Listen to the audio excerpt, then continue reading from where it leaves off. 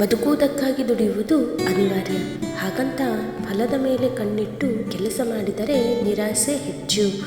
ಕೆಲಸವನ್ನು ಶ್ರದ್ಧೆಯಿಂದ ಪ್ರೀತಿಯಿಂದ ಮಾಡಿದರೆ ಫಲ ಇಂದಲ್ಲ ನಾಳೆ ದೊರೆಯುತ್ತದೆ.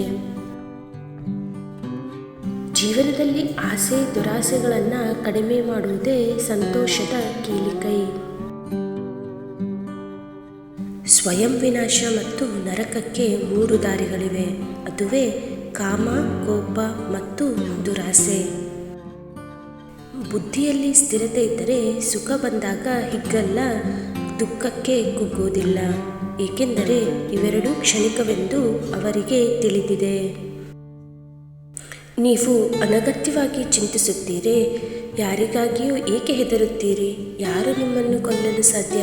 ಅಂತಿಮವಾಗಿ ಆತ್ಮವು ಹುಟ್ಟುತ್ತದೆ ಅಥವಾ ಸಾಯುತ್ತದೆ, ಅಷ್ಟೇ ಅಲ್ಲವೇ?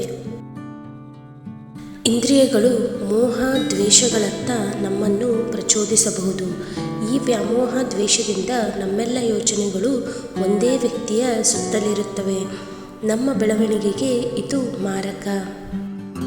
ನೀವು ನಿಮ್ಮ ಜೀವನದಲ್ಲಿ ಯಶಸ್ವಿಯಾಗಬೇಕೆಂದರೆ ನೀವು ಜ್ಞಾನ ಮತ್ತು ಶಿಸ್ತನ್ನು ಬೆಳೆಸಿಕೊಳ್ಳಲೇಬೇಕು. ಜ್ಞಾನ ಮತ್ತು ಶಿಸ್ತುಗಳು ನಿಮ್ಮನ್ನು ಅನಾವಶ್ಯಕ ಸಮಸ್ಯೆಗಳಿಂದ ರಕ್ಷಿಸುತ್ತವೆ.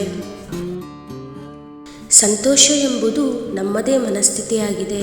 ಅದು ಹೊರಗಿನ ಪ್ರಪಂಚದೊಂದಿಗೆ ಯಾವುದೇ ಸಂಬಂಧವನ್ನು ಹೊಂದಿಲ್ಲ. ಬದಲಾವಣೆಗಳಿಗೆ ಹೆದರಬೇಡಿ.